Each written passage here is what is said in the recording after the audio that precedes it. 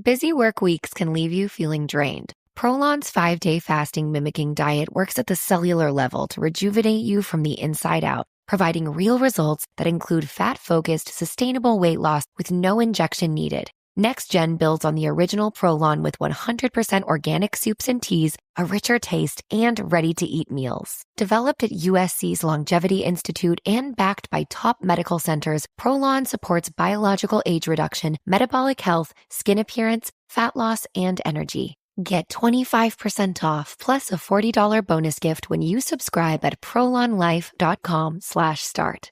That's prolonlife.com/start. Why choose a Sleep Number smart bed? Can I make my site softer? Can I make my site firmer? Can we sleep cooler? Sleep Number does that. Cools up to 8 times faster and lets you choose your ideal comfort on either side. Your Sleep Number setting. Enjoy personalized comfort for better sleep night after night. It's our Black Friday sale. Recharge this season with a bundle of cozy, soothing comfort. Now only $17.99 for our C2 mattress and base, plus free premium delivery. Prices higher in Alaska and Hawaii. Check it out at a Sleep Number store or sleepnumber.com today.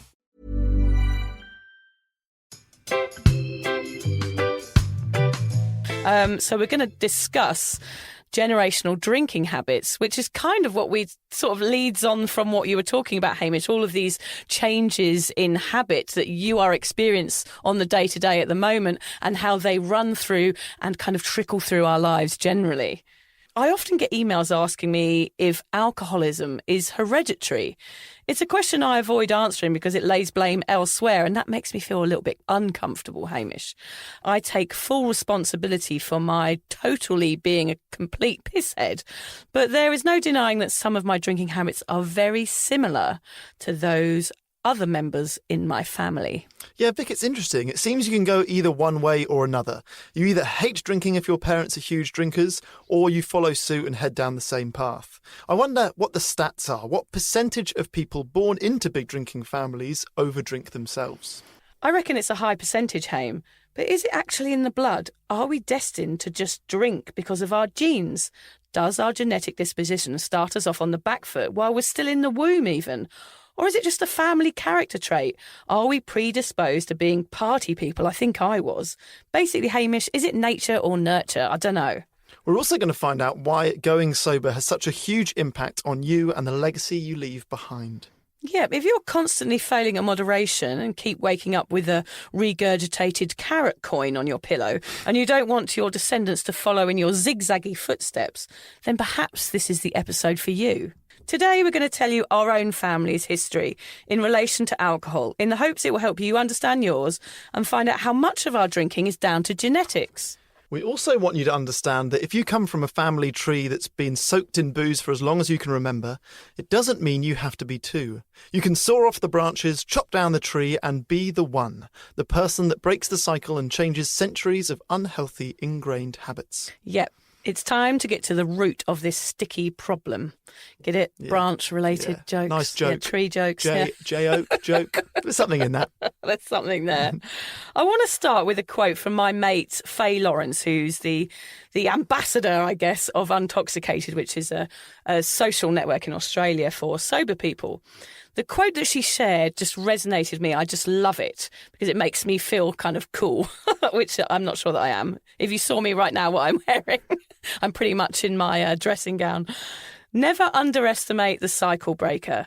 Not only did they experience years of generational trauma, but they stood in the face of that trauma and fought to say, this ends with me. I think that quote sums up the impact of what we're talking about today. Let's start about talking a little bit of our own family's history, Hamish. I mean, mine, they were the party people with no off switches. They were the ones that were topping up the cheap flutes of sparkly and dancing until dawn. And I, Hamish, I never saw it as a bad thing. That was my problem. It was always celebratory. I remember growing up, my granddad having his rollies in his armchair next to the gas fire with a glass of whiskey. It was a very classic, habitual habit that nobody else recognised because it was so ingrained in our family. And of course, in those days, you never really questioned your alcohol intake when I was growing up. It was just down the men's club or down the pub. My mum used to dip my dummy in the whiskey to make me go to sleep. No. I mean, no wonder. Explains a lot, doesn't it? and everybody was crazy and falling in the bath around me. There was always a party going on. My mum was always handing, all of my life, I've just seen a glass sort of crossing my eye line where my mum was handing her plastic garden champagne flute over to my dad saying, "Fill her up, Roger, fill her up." So I've constantly been bombarded with alcohol from a very, very young age. It wasn't anyone's fault. I don't blame anyone, but it was like I was living in a pub, basically, growing up. So, yeah, there was always booze around me, and I never really saw it as a problem. We went to France, and on the way back, it was just the car filled up with the exhaust pipe, dragging along the auto route because the car was so heavy with all the booze in there. So, yeah, it never ended in sadness or shame or hangovers. If somebody had a hangover, it was always giving them hair of the dog. My first memories of booze are kicking around those, those silver wine filling things. What are they called? Do you remember from the wine that used to get in a box, and it was like a silver thing. We used to blow it up and kick it around the garden. I remember whiffing at it and sniffing at it and going, "Oh, that smells nice. I know I want some of that, but I don't know why." And I just saw that alcohol made people happy, and I saw how people connected and how they socialised and relaxed, and it became how I lived. And my attitude generally going up with my family, Hamish, was like, if you don't drink, you're not in my tribe and I don't want to know you. What about you? Well, before I get into mine, as you told that story, I was just imagining you as a child with a whiskey dummy and then these glasses being passed in front of your eyes, almost like you're being hypnotised, like a swinging clock in front of you. You're slowly falling into this booze world. Yeah, that is totally what it is. Yeah. And I always knew as a kid, if the Carole King Tapestry came on, which was my parents' favourite album, I knew it was time to go to bed because I just couldn't bear to hear them warbling on. Yeah. Well, my family is almost the polar opposite of yours there. I have never seen either of my parents drunk, and I know for a fact that my mother has actually never been drunk. She always tells us quite proudly she's never been drunk, she's never tried a spirit, she's never tried a cigarette, she's never tried a drug. God, that is incredible. I think that is a very, very rare thing nowadays. I know. Well, she grew up wanting to be a nun. Oh, did she? Right. Well, right. So that plays into it. And I remember getting to the age, I was like maybe 15, 16, I was like, this is bollocks, right? So I asked her best mates and I asked her mum, when she wasn't around, like, come on, this is just something that you tell your kids, right? Yeah. No, honestly, she's never been drunk. It's for her, it's a control thing. Right. She doesn't like feeling out of control, and alcohol is out of control. And it's funny that it's because we're kind of taught that being out of control is a good thing. Well, I was, Hamish. I was told that, like, this is what we do, this is fun, this is going to relax you, and we're all getting out of control, and that's okay. Whereas, in fact, you were probably taught the opposite. Like, your mum was kind of this pillar of strength in your family because she was always in control, and that's someone that you grew to look up to, I guess. Yeah, my dad's similar. I've never seen him drunk. I'm sure he might have been drunk at some point in his life, but certainly never in front of me, and I would say probably never during my lifetime. That is incredible. Yeah. My mum actually had a nickname growing up because she was always single, and she'd go on these holidays where everyone would get pissed and everyone would be in couples. So her nickname was Bod. I was like, what's Bod? Yeah. Boring old dyke. Oh. Yeah, which is harsh. Yeah, that is pretty harsh. But yeah, so her slogan is "You don't have to drink to have fun." That will be on her tombstone. That is her. Yeah. She's like smashed that into us. That is a brilliant saying, though. You don't have to drink to have fun. That is her thing. And mine was, "You have to drink to have fun." Yeah. So the total opposite we're talking about here. It's fascinating. But I guess, what I admire most about that in both of them is that they're both confident enough to speak to anyone. They'll be in a room full of drinkers. They'll go to these parties. They go to these drinks parties or dances or whatever it is. And they're happy to sit next to anyone and just carry themselves and hold a conversation and be fun and entertaining. And do they stay late? Do they stay up late? No, they're early to bed. Yeah. So they're the people that go to weddings and then leave when the music starts. Oh, God, I love them. They're all about the church ceremony and the official nuptials, and then they are out when what we would describe as the fun really kicks off. So that's when my parents would arrive with loads of cheap booze and my dad would spike the punch. Yeah. My parents will never meet your parents because they'll be arriving and leaving parties at the same time. I might need them to bail my parents out of jail one day. That'll probably be about it. But then, I guess I've got an older brother who I would say is a similar sort of approach to drinking as I did, which was... AI is transforming customer service. It's real and it works. And with Fin, we've built the #1 AI agent for customer service. We're seeing lots of cases where it's solving up to 90% of real queries for real businesses. This includes the real-world complex stuff like issuing a refund or cancelling an order. And we also see it when Fin goes up against competitors. It's top of all the performance benchmarks, top of the G2 leaderboard, and if you're not happy, we'll refund you up to $1 million, which I think says it all. Check it out for yourself at fin.ai. Hey friends, it's Nikayla from the podcast Side Hustle Pro. I'm always looking for ways to keep my kids entertained without screens, and the Yoto Mini has been a total lifesaver. My kids are obsessed. Yoto is a screen-free audio player where kids just pop in a card and listen. Hours of stories, music, podcasts, and more, and no screens or ads. With hundreds of options for ages 0 to 12, it's the perfect gift they'll go back to again and again. Check it out at yotoplay.com. YOTOPLAY.com.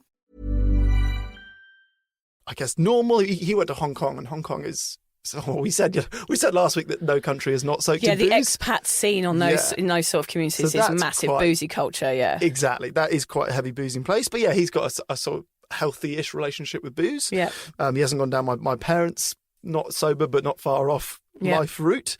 And I guess I never even realised that what my family did with booze was unusual until I met my friends' families. And I can actually remember feeling jealous that my friends were able to have a few glasses after dinner with their parents and then have those deep, tipsy conversations with their parents about that time they tried drugs or that girl that they fancy or whatever. And I felt like I never had those conversations with my parents because that's when they went to bed and we kept drinking. Because you thought it seemed kind of cool that they were all kind of relaxed with each other and they could communicate in this way and talk about their innermost, deepest feelings with their mum and dad. Yeah. But of course, you know, they're not going to remember that in the morning, and it probably felt a bit awkward the next day that you'd spoken to your parents about. I mean, I never spoke to my parents about anything like that because I was always hiding everything that I was doing because I was so young when I started. You know, I was 12 when I started stealing bottles of booze out of the garage.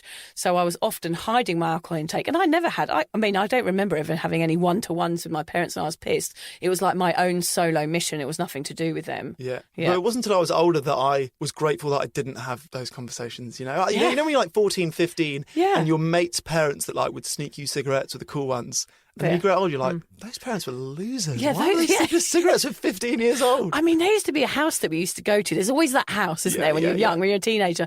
The cool parents who let you skin up spliffs in their lounge. Yeah.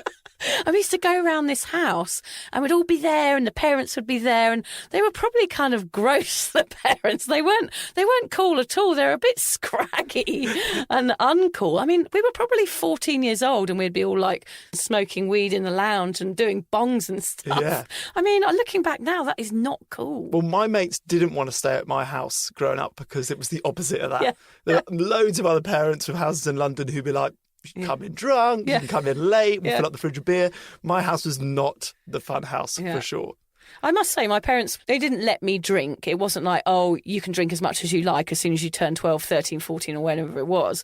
They were still strict with me and they were still conscious of my drinking. I think it escalated after I left home and it became a bit more of a problem. So when I was young, I wasn't saying just because my parents drank, I drank as well and they let me. It was more like I drank and I hid, trying to copy what they were doing. So they weren't all like, yeah, go on, you have one, you'll be fine. It was kind of me stealing the booze that was surrounded. So it wasn't their fault, is what I'm saying. Yeah.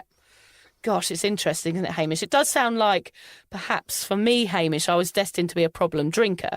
I was surrounded by a cheerful drinking culture when I was growing up. I never had reason to question it, if I should drink or not. I followed my family and did what everyone else was doing.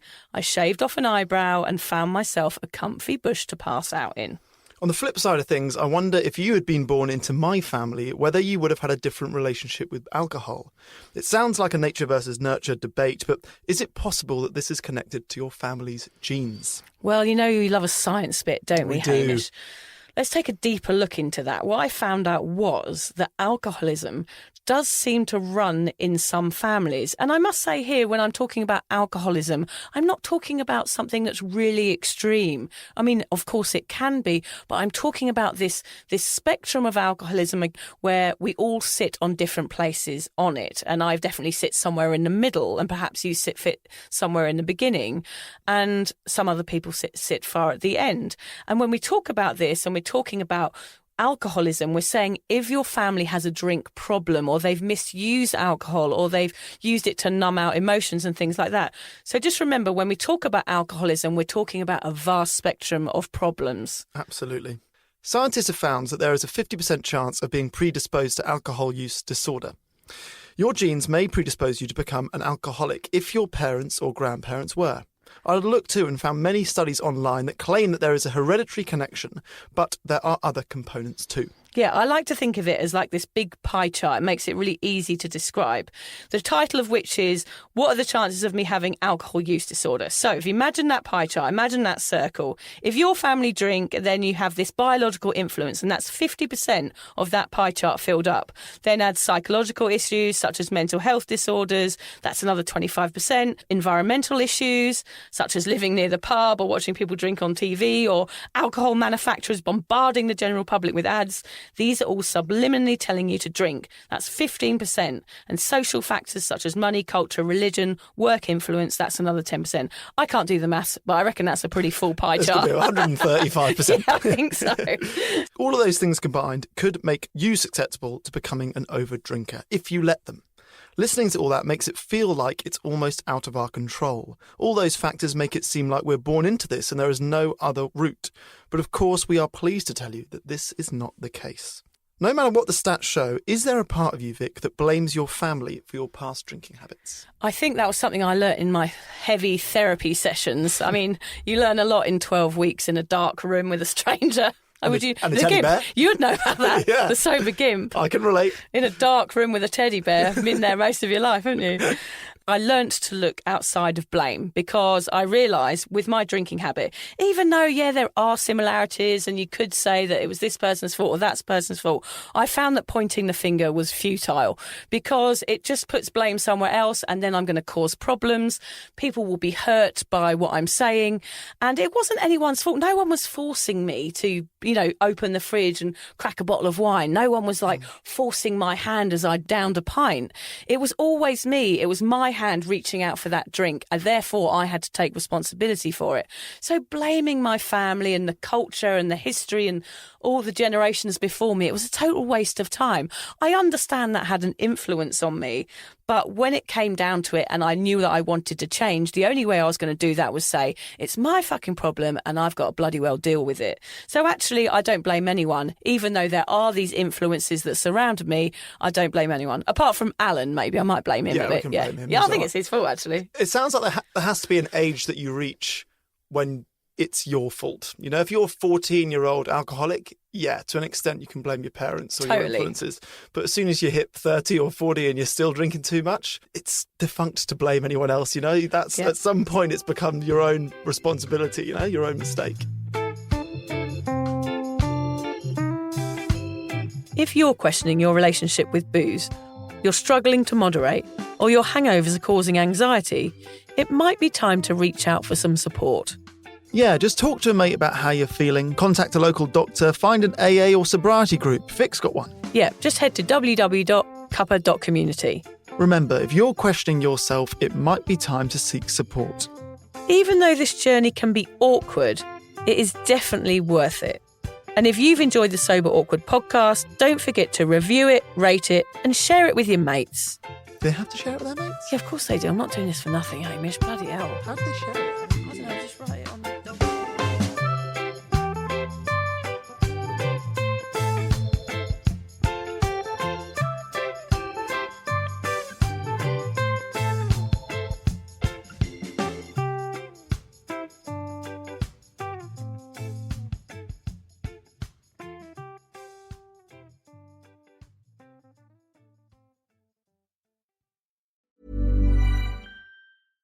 Busy work weeks can leave you feeling drained. Prolon's 5-day fasting mimicking diet works at the cellular level to rejuvenate you from the inside out, providing real results that include fat-focused, sustainable weight loss with no injection needed. Next Gen builds on the original Prolon with 100% organic soups and teas, a richer taste, and ready-to-eat meals. Developed at USC's Longevity Institute and backed by top medical centers, Prolon supports biological age reduction, metabolic health, skin appearance, fat loss, and energy. Get 25% off plus a $40 bonus gift when you subscribe at prolonlife.com/start.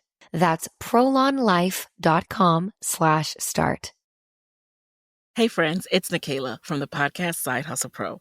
I'm always looking for ways to keep my kids entertained without screens, and the Yoto Mini has been a total lifesaver. My kids are obsessed. Yoto is a screen-free audio player where kids just pop in a card and listen. Hours of stories, music, podcasts, and more, and no screens or ads. With hundreds of options for ages 0 to 12, it's the perfect gift they'll go back to again and again. Check it out at yotoplay.com. YOTOPLAY.com. Why choose a Sleep Number smart bed? Can I make my site softer? Can I make my site firmer? Can we sleep cooler?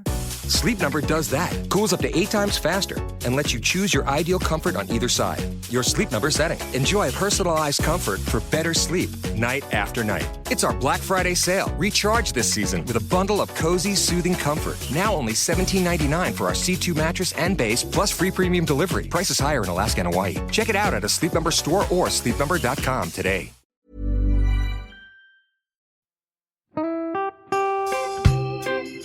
So, as you probably know, my comedy memoir, 1,000 Wasted Sundays, is officially out. All my magnificent fuck-uppery in one awkward hit. If you'd like to get your hands on a copy, it's now available from all good bookstores. We always say all good bookstores, don't we? Yeah. Are there bad bookstores? No, it's probably ones with moody sellers. Oh, yeah, really Yeah. depressed librarian folk. Yes, Okay, yeah, good. yeah. So there are probably some, but we're only storing it in the good ones. It's only made it into the goodies. You can also get it from all good online retailers. The print version and ebook are out now, and the audiobook will be available in March. I've been writing my memoir for 5 years. It will make you laugh, cry and cringe, and hopefully inspire a few people to reconsider their relationship with booze. If you love the podcast, then I think you'll love the book, even if I do say so myself. Hamish has read it. What did you think? I feel like I know a little bit too much about you now, to be honest, Vic. Look, I really loved it. It was hilarious and surprisingly moving, but I feel like I've seen you naked in a literary sense. Yeah. Does that make sense? Yeah, that's worrying. Yeah. Yeah. From an emotional point of view, seriously, it wobbled my teeny weeny wooden heart, Vic. Okay. My teeny little wooden heart. Well, his teeny little, his wooden heart is broken. Anyway, so if you do manage to get your filthy mitts on a copy, please do me a favour and head to goodreads.com and give me a review. Doing that will help me get it out there to those that need a bit of sober support. So there you have it. My story, unwanted warts and all. Come and get awkward with me. Not to be too demanding or anything, but seriously, go and buy it Yeah, now. go and buy it. Go and buy it right now. Yeah, don't just tell your friends, buy it, and then buy your friends one or two. Yeah, don't give them a copy. Buy it, yeah. And you know what? Don't be careful where you store it. If you lose it, you can always buy another 5. Buy another one. Yeah.